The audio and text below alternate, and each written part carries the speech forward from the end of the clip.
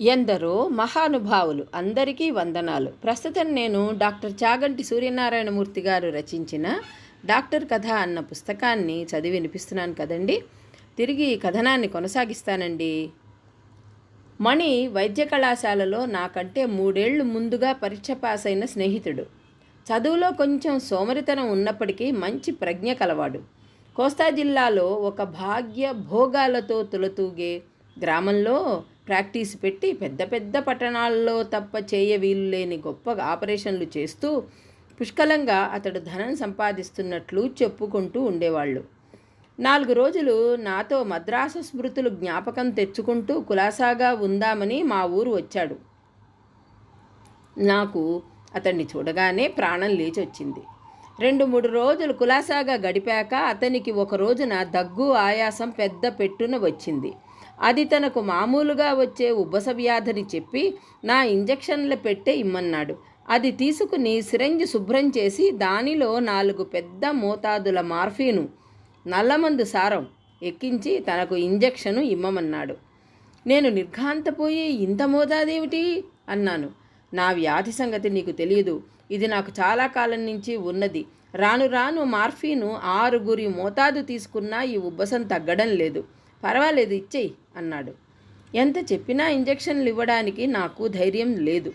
అందుమీదట అతనే ఆ సిరంజి తీసుకుని ఆ ఇంజెక్షను ఇతరులకు పొడిచినట్లే తొడ మీద నిర్లిప్తతో పొడుచుకున్నాడు. నేను కొంచెం భయపడి ఇంత పెద్ద మోతాదు తీసుకుని ఇతడేమవుతాడో, ఆ విష ప్రమాదానికి ఎలా వైద్యం చెయ్యాలో అని ఆలోచిస్తున్నాను. కానీ అతనికి ఏమీ చెక్కు చెదరలేదు కదా. ఆ ఉబ్బసం కూడా మెల్లమెల్లగా ఉపశమించి మరింత హుషారుగా ఉన్నాడు.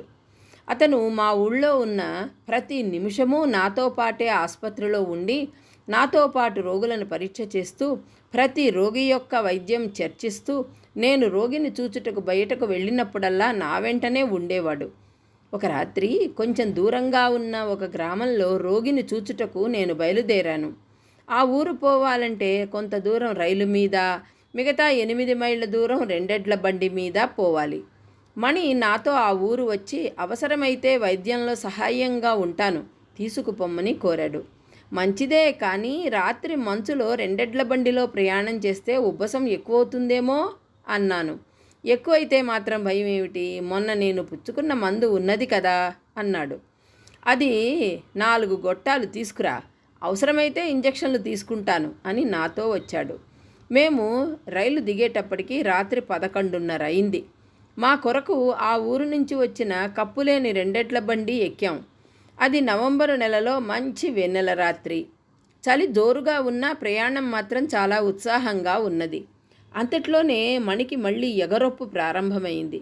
మార్ఫియా ఇంజెక్షన్లు కావలసినప్పుడల్లా ఉబ్బసం పిలిస్తే వచ్చేటట్లు కనపడ్డది. 4 గొట్టాలు చాలేలాగా లేవు. వరుస చూస్తే ఇంకొకటి కూడా ఇయ్యే అని వాటితో ఇంజెక్షన్లు 1 నిమిషంలో చేసేసుకున్నాడు. మరో నిమిషంలోనే ఎగరొప్పు కూడా తగ్గటం మొదలుపెట్టింది. దారి పొడుగునా ఎద్దుల మెడలో సన్నని చిరుగంటల చప్పుడుతోటి, బండి ఊపుతోటి నాకు కునుకు పడుతోంది. కానీ మణి మాత్రం ఆ మార్ఫియా ఇంజెక్షన్ల వల్ల కాబోలు మంచి హుషారుతో తన స్వవిషయాలు నాకు చెప్పడం మొదలుపెట్టాడు. ఆ కథనంలో ఒక ఘట్టం పూర్తి చేసి నేను నిద్రపోకుండా లేపడం కోసం తట్టి తెలుగు భాషలో గట్టిగా, రోగితో కానీ రోగి బంధువులతో కానీ నువ్వెప్పుడైనా వ్యభిచరించడం జరిగిందా అని అడిగాడు. నేను ఇంగ్లీషులో నా విషయంలో ఏ పాపం ఎరగను, కానీ నీకు ఆ మార్ఫియా ఇంజెక్షన్ తోటి ఈ వెన్నెలతోటి పిచ్చెత్తిందా ఏం? మన సంభాషణ ప్రతి మాట ఆ బండి తోలేవాడు వింటున్నాడని నువ్వేమైనా గ్రహించావా అని అడిగాను. దాంతో అతని హుషారు కొంత తగ్గింది, కానీ ధోరణి మాత్రం తగ్గలేదు. అయితే మంచి విలాసవంతమైన పట్టణంలో ప్రసిద్ధిగా వైద్యం, అందులోనూ స్త్రీ వైద్యం కూడా సాగిస్తూ నేనే పాపం ఎరగనంటే నమ్మే దద్దమ్మ కింద జమకట్టావా నన్ను అని హెచ్చరించాడు. నేనే పాపం ఎరక్కపోవడానికి నువ్వు పైన చెప్పినవి కూడా చాలా వరకు ప్రబల కారణాలు. ప్రాక్టీసు వ్యభిచారం ఉంటే గాని బాగా సాగదా?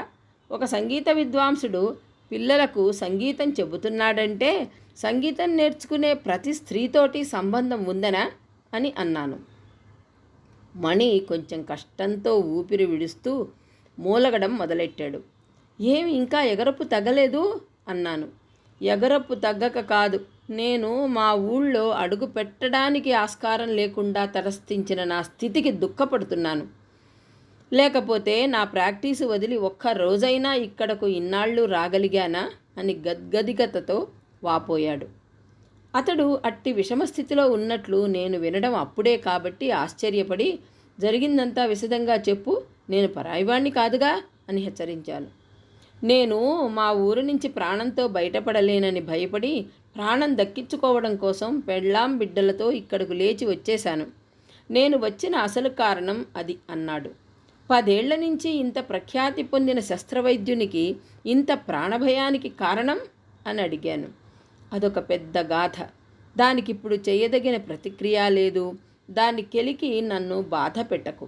మీ ఊళ్ళో ఒక పవిత్రమైన నూతనాధ్యాయం మొదలెట్టుకొనడానికి సాయం చేస్తే అదే 10,000 అన్నాడు. బాగానే ఉంది. చేతనైన సాయం చేయడానికి నీవు నన్ను అడగాలా? అయినప్పటికీ అసలు జరిగినదేమో చెప్పడానికి నీకేదైనా కష్టమైతే పోని మానేయ్ అన్నాను. చెప్పలేక ఆ విషాదగాథ చెప్పుకొచ్చాడు. నాకు సిగరెట్లు కాల్చడం ఎంతటి ప్రబలమైన వ్యసనమో నీకు తెలుసును కదా. రోజు రాత్రింబగళ్ళు 150 సిగరెట్లు పొగ ఊపిరితిత్తులలోరికి పోయేలాగా దమ్ము లాగుతూ కాల్చేవాణ్ణి. దాని మూలంగా ఒకటే దగ్గు ఆయాసం పుట్టి మెల్లగా అది ఉబ్బసంలోకి దిగింది. దీనికి ఎన్ని మందులు వాడినా సిగరెట్లు తగ్గించడం లేకపోవడం వల్ల ఆ మందుల గుణం అతి తాత్కాలికమైంది. తుదకు ఆ ఉబ్బసం తగ్గడానికి ఒక గొట్టం మార్ఫియా ఇంజెక్షన్ పనిచేసింది. పనిచేయడమే కాకుండా మంచి నిషా కూడా దాంతో వచ్చింది. క్రమేణా ఈ ఉబ్బసం రోజూ రావడం మొదలెట్టింది. వచ్చినప్పుడల్లా ఈ మార్ఫియా మోతాదు హెచ్చిస్తేనే కానీ తగ్గడం మానేసింది. నీవే చూచావు కదా ప్రస్తుతం అది తగ్గడానికి ఎంత మోతాదు అవసరమో. ఈ ఉబ్బసం తగ్గించడమే కాకుండా నిద్ర కూడా తగ్గించి అమితమైన కామేచ్ఛను ప్రకోపం చేయడం మొదలుపెట్టింది.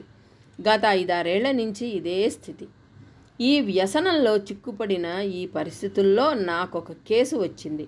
మా దగ్గర ఊరిలో ఒక పెద్ద షావుకారు తన విధవ కూతురు ఏదో బహిష్టు సంబంధమైన వ్యాధితో బాధపడుతున్నది పరీక్షించమని తీసుకొనొచ్చి, రోగి 2-3 నెలల నుంచి బహిష్టు సరిగ్గా కావడం లేదని, 4 రోజుల క్రితం బయట చేరి ఎక్కువగా రక్తస్రావం అయిందని చెప్పాడు. రోగిని తండ్రిని ఎంత గుచ్చి అడిగినా తమకే కారణం తెలియదని బుకాయించి, రోగికి వాంతులు, అన్నం ఇష్టం లేకపోవడం మొదలైన వాటిని చూస్తే అది గర్భిణీ ఏమో అని నాకు అనుమానం కలిగింది. రోగిని ప్రత్యేకంగా ఈ రక్తస్రావం ఎప్పుడొచ్చింది, ఎలా వచ్చింది అని అడిగాను. బహిష్టు రావడం కోసం తానేదో నాటుమందులు తిన్నట్టు, దాని తర్వాతనే ఈ రక్తస్రావం కలిగినట్టు చెప్పింది.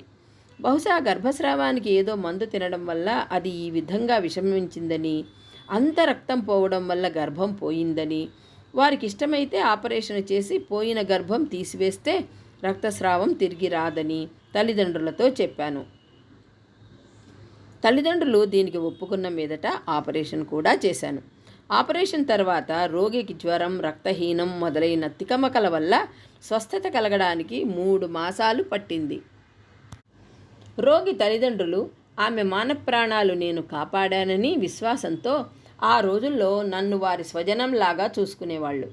ఆ కుటుంబంతో నాకు కూడా పరిచయం అధికమైంది.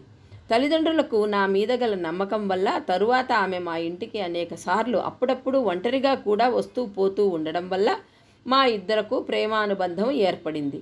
ఈ దుస్సంఘటనకు ఆమె బాధ్యత కూడా చాలా వరకు ఉన్నది.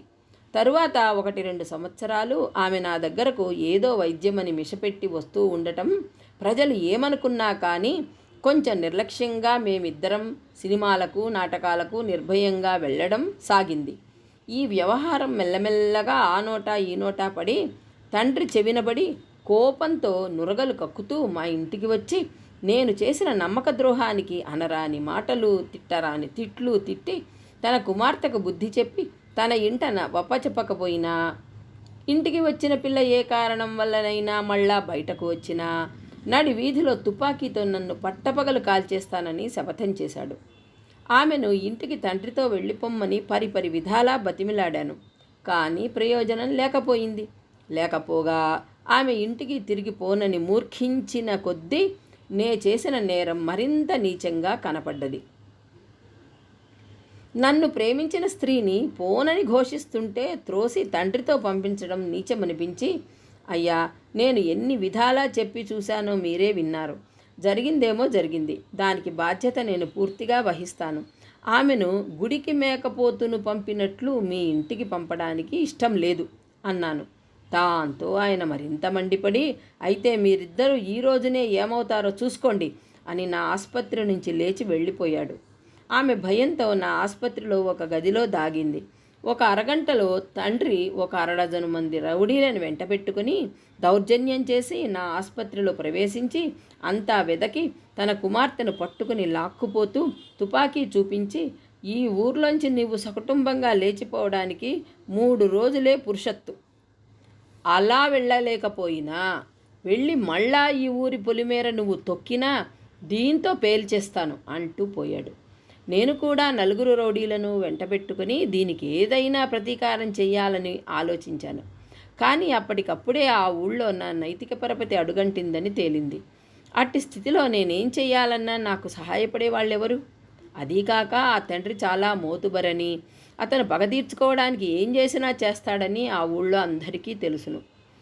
ఆ దుస్థితిలో నేను పెళ్ళాం బిడ్డల ప్రాణాల కోసం ఇలా పారిపోయి రావడం తప్ప చేయగలిగిందేముంది అన్నాడు. అవును, నీవు ఈ ఊరు వస్తే అంతటితో అతని పగ తీరిపోతుందా అన్నాను. ఏం చెప్పగలను? మెడికల్ కౌన్సిల్ రిజిస్ట్రార్కు నా పేరు డాక్టర్ల రిజిస్టర్లో నుంచి తొలగించమని కూడా వ్రాశాడని విన్నాను అన్నాడు. పోనీలే, నీ ఆర్థిక స్థితికి లోపం లేదు కదా, అదే 10,000 అన్నాను. నేను చెప్పిందంతా విన్నావు కదా, ఆర్థిక స్థితి లోపం లేకుండా ఎలా ఉంటుంది? నా కథ అలా నడిచాక అన్నాడు. ఇదంతా విన్నాక కొంతసేపటి వరకు అంత మంచి స్నేహితునికి, ప్రసిద్ధుడైన డాక్టర్కు పట్టిన దుస్థితికి అనునయించడానికి, ధైర్యం చెప్పడానికి నాకు విచారంతో సరిగ్గా మాట కూడా రాలేదు. మేము రోగి ఊరు చేరే వరకు ఇంకా తెల్లవారలేదు. రోగిని చూసేసరికి న్యూమోనియా వల్ల స్మృతి లేక నాడి కనపడకుండా చేతులు కాళ్ళు శీతలం కమ్మి విషమ స్థితిలో ఉన్నాడు. అతని కొడుకుతో చాలా మించిపోయింది, వైద్యం వల్ల లాభం ఉండదు అని చెప్పాను. మీ చేతనైంది మీరు చెయ్యండి, మా అదృష్టం అన్నాడు. మేము ఇంజెక్షన్లు, మందులు మొదలైన క్రియలతో ఎంత వైద్య ప్రయత్నం చేసినా రోగికి ఆ సాయంత్రం 4 గంటలకి ప్రాణం పోయింది. దీనికి తోడు అక్కడున్నంతసేపు రాత్రి నిద్రలేకపోవడం వల్లనో లేక ప్రయాణ బడలిక వల్లనో మణికి ఉబ్బసం వెంటనే వచ్చింది. అది తగ్గడానికి 2 గంటలకొకసారి ఇంజెక్షన్ ఆయనే చేసుకుంటుంటే చూసిన గ్రామస్తులు, పాపం ఈ జబ్బు మనిషి మీకేం సాయం చేస్తాడని తీసుకొచ్చారు, ఆయన ఇంజెక్షన్ ఆయనే పొడుచుకుంటున్నాడు, మీరైనా ఇవ్వకూడదండి అని ఆశ్చర్యపడ్డాడు. రోగి యొక్క విషమస్థితి కొంత గ్రహించారు కాబట్టి మేము ప్రాణం కాపాడలేకపోయినా పడిన కష్టానికి చాలా తృప్తి చెందారు. వైద్య వృత్తిలో కొన్ని కేసులు చెడిపోయినా వాటికి చేసిన వైద్య కృషి వల్ల డాక్టర్కు బాగైన కేసుల కంటే కూడా మంచి పేరు వస్తుంది. ఈ కేసు నాకలా పరిణమించింది.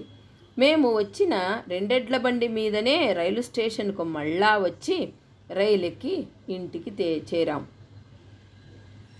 తిరుగు ప్రయాణంలో నేను నిర్మోహమాటంగా మణితో నల్లమందు ఇంజెక్షన్లు అతనికి పెద్ద వ్యసనమైందని, దాని కోరల్లో నుంచి అతడు బయటపడకపోతే అధోగతి పాలవుతాడని, అలా బయటపడే వరకు వైద్య వృత్తికి స్వస్తి చెప్పి నన్ను నమ్మి నాతో సహకరిస్తే ఆ వ్యసనంలోంచి తప్పించడానికి అన్ని విధాలా ప్రయత్నిస్తానని చెప్పి తాను మా ఊళ్ళోనే ఉండి తన జీవితంలో ఎదుర్కొంటున్న ఈ విషమఘట్టాన్ని ఏదో ఒక విధంగా పరిష్కరించుకొని తన పూర్వ ప్రతిభను పొందమని బతిమిలాడాను.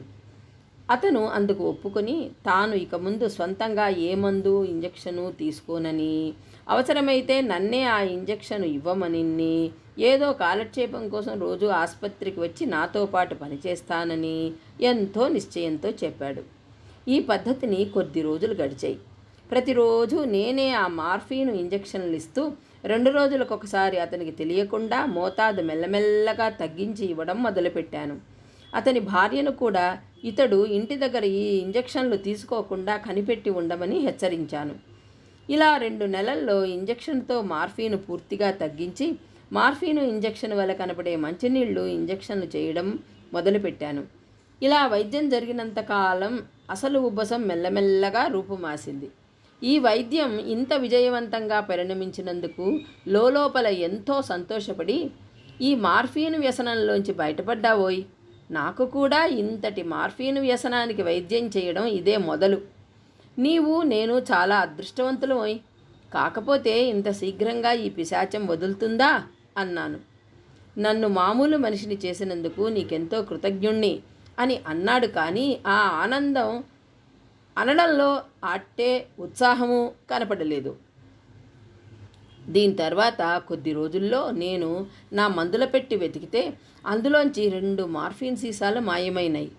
నేను అతన్ని అడగలేక, ఈ సీసాలు నువ్వేమైనా చూసావా అని అడిగాను. మణి గుడ్ల నీరు కక్కుతూ తల వంచుకుని నిర్విణ్ణుడైనాడు.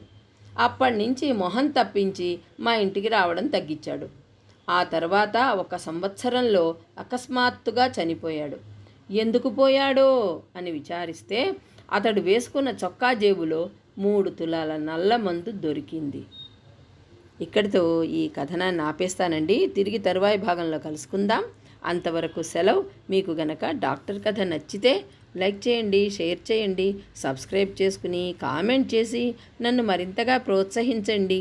ఉంటానండి. నమస్కారం.